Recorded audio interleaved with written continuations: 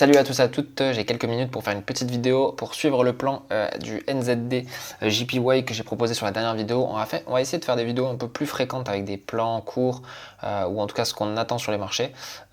Donc actuellement on attend un setup sur cette paire de monnaie qui est pas mal, qui est très intéressante pour moi. Il y a beaucoup de choses qui démontrent que c'est un flux qui est très intéressant. Je vais essayer de vous montrer à travers l'écran ce qu'on avait planifié directement dans le groupe. Dans le groupe privé, si vous souhaitez, vous pouvez rejoindre le Discord. Il y a une partie gratuite où je transmets directement tous les plans, etc. Et il y a une partie aussi privée où je fais de l'accompagnement en direct, en appel. Et aussi, je réponds directement à toutes vos objections, toutes vos questions pour vous améliorer directement en trading. Et également, je partage mes plans, mes positions pour apporter le plus de valeur possible. Même si je fais une grosse partie en public, il y a une partie qui est en privé parce que ça me demande plus de temps aussi de vous accompagner, d'être au téléphone avec vous, etc. Bref, pour la paire de Forex NZD JPY, on était fortement haussier puisque sur toutes les unités de temps, il y avait des feux verts. Donc des feux verts, on essaye de trouver des convergences pour rentrer au mieux et favoriser notre probabilité de réussite. Par rapport à cette paire de Forex, on peut voir qu'en weekly, il y avait un peu une montée en crabe et d'un seul coup une descente par l'ascenseur, comme vous pouvez le voir ici avec un canal haussier, d'un seul coup un excès, et qu'on est venu tout récupérer ici. Il faut voir qu'on était sur un niveau monthly très intéressant ici, vers les 83, donc par rapport à ce niveau on a très bien réagi. Ensuite vous pouvez le voir en weekly, on a fait si on fait un tracement Fibo, facilement on a fait les 0,68, qui est un niveau normalement où c'est censé réagir si on veut conserver la dynamique haussière précédente. Donc si on descendait en daily, on avait des confirmations également qu'on a évoquées dans la vidéo précédente où on était malheureusement le week-end, donc voilà, le Forex n'était pas ouvert, donc il me fallait des confirmations supplémentaires qu'on verra en H4, puisque ici on avait très bien réagi en daily, et si on se penche en H4, on était à peu près ici. On était là, ce week-end, là, ouais, vendredi, ici. Donc là, en fait, ce qui était bien, c'est qu'on avait une grosse bougie patronne ici, en H4, qui nous mettait en fait une direction probable sur la semaine d'après.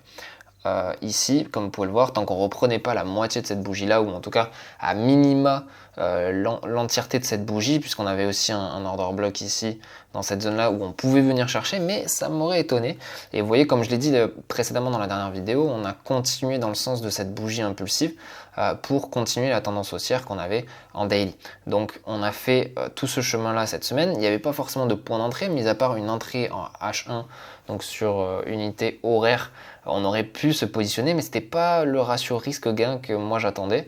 On aurait très bien pu prendre un trade avec une position ici et un SL soit sous la bougie, soit ici sur les 50% de cette bougie H4, mais c'était pas la plus grande probabilité. Pourquoi je vous fais cette vidéo aujourd'hui? Parce qu'on commence à avoir un petit retracement ici en H4, et c'est ce que j'attends depuis le début de semaine. Donc on va essayer de se positionner. On a deux setups, soit un premier en 2 heures qui m'intéresse potentiellement sur cette OB là, mais également sur plein d'autres signaux qui pourraient converger dans le sens de la hausse précédente. Mais personnellement, j'aimerais conserver cette bougie H4, voire potentiellement prendre les lows ici, pour ensuite repartir de manière un peu plus saine, et on garderait du coup cette tendance vraiment haussière, primaire, tout en en prenant de l'élan. Ce qui nous permettrait également de venir chercher ce top là plus sainement. Donc voilà, après on a des objectifs en daily, donc on est assez tranquille là-dessus, c'est un peu ce que je prévois. On a le TP1, TP2 qui serait vers ici, mais on pourrait même viser de nouveau plus haut. Donc à voir par la suite. Personnellement, mon trade se positionnera plutôt en H4, donc on prendra des TP sur des unités de temps H4 ou daily grand maximum.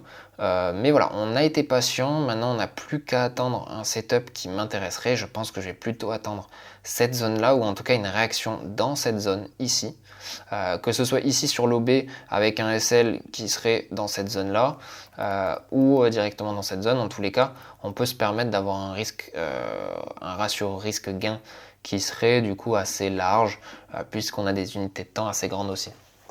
Donc nous, le but, c'est vraiment de rentrer dans le flux, dans le sens du flux, et d'en profiter. C'est pas de venir chercher le point parfait, même si on va essayer d'affiner les unités de temps pour avoir l'entrée la plus précise possible. Ok. Voilà, c'était juste une petite vidéo, elle va pas durer longtemps, mais on va essayer d'en faire de plus en plus pour délivrer de la valeur. Là, je l'ai fait très rapidement et souvent il y avait des termes qui étaient peut-être un peu plus techniques. On va essayer de faire de la pédagogie encore plus à travers des plans qui sont en cours. D'ailleurs, dans potentiellement quelques jours, je vous ferai une vidéo aussi sur le BTC, puisqu'on a un plan qui est en attente et je pense qu'il va pas tarder à arriver dans la zone. Donc pourquoi pas vous le partager également en direct sur YouTube. Pour ceux qui le souhaitent, n'hésitez pas à vous abonner déjà et à commenter en dessous de la vidéo parce que vous m'apportez beaucoup de force, c'est gratuit. Et puis n'hésitez pas à rejoindre le Discord et à partager vos plans, c'est le plus important. Je vois beaucoup de personnes qui sont réticentes à partager des plans sur le Discord, mais en réalité il n'y a pas de vrai ou faux. Moi aussi je peux partager des plans qui seront potentiellement pas réussis. Et dans l'idée, c'est juste de faire progresser tout le monde et d'être constructif, c'est-à-dire partager un plan avec une idée précise et pourquoi on l'a pris, quelles étaient les convergences qu'on avait, et voilà, partager un peu sa vision en mettant son ego de côté et juste en étant bienveillant et en partageant le plus possible de la valeur. Donc je vous souhaite une bonne fin de journée, à bientôt et n'hésitez pas à rejoindre les liens directement.